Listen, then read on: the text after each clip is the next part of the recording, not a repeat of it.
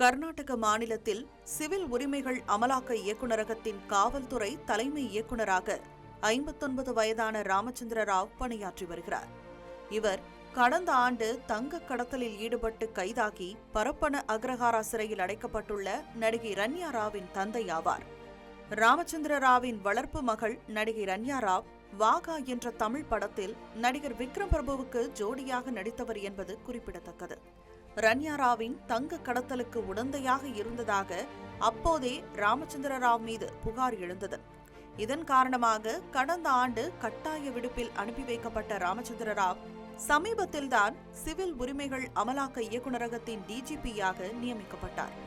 இந்நிலையில் தனது அதிகாரப்பூர்வ அலுவலகம் போல் தோன்றும் ஒரு இடத்தில் அலுவலக நேரத்தில் போலீஸ் சீருடையில் இருந்தபடி ராமச்சந்திர ராவ் பெண்களை கட்டிப்பிடித்து முத்தமிடுவது போன்ற ஆபாச வீடியோக்கள் சமூக ஊடகங்களில் வைரலாகி சர்ச்சையை ஏற்படுத்தியுள்ளன. 1993ஆம் ஆண்டு கர்நாடக பிரிவை சேர்ந்த IPS அதிகாரியாக பணியில் சேர்ந்த ராமச்சந்திர ராவ் 2014ஆம் ஆண்டு கர்நாடக மாநில தெற்கு மண்டல காவல்துறை தலைவராக இருந்தபோதே பண மோசடி சர்ச்சையில் சிக்கியுள்ளார். ஓய்வு பெறுவதற்கு இன்னும் 120 நாட்களே இருக்கும் நிலையில் ஆபாச வீடியோக்கள் விவகாரத்தில் ராமச்சந்திர ராவ் சிக்கியுள்ளார். இந்த வீடியோக்கள் 2017ஆம் ஆண்டு ராமச்சந்திர ராவ் பெலகாவியில் வடக்கு ரேஞ்சின் காவல்துறை தலைவராக இருந்தபோது படமாக்கப்பட்டன என்று காவல்துறை வட்டாரங்கள் தெரிவிக்கின்றன.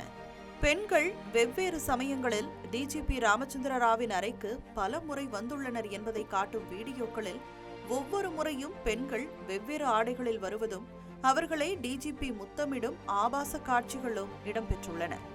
காவல்துறை சீருடையில் இருந்தபோது ராவின் இந்த நடத்தை அவரது ஒழுக்கம், கட்டுப்பாடு மற்றும் அதிகாரப்பூர்வ வளாகத்தை பயன்படுத்திய விதம் ஆகியவற்றை குறித்து கேள்விகளை எழுப்பியுள்ளன.